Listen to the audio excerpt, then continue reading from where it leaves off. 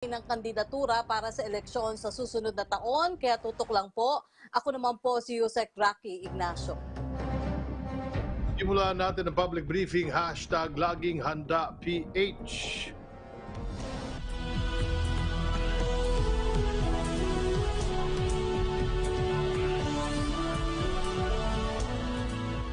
Patuloy ang pagdating ng mga kilalang politiko, celebrity at ordinaryong mamamayan sa Sofitel Harbor Garden tent para ideklara ang pagnanais nilang tumakbo sa 2022 national elections. Kaya alamin natin ang sitwasyon sa ikapitong araw ng COC filing kasama si Karen Villanda.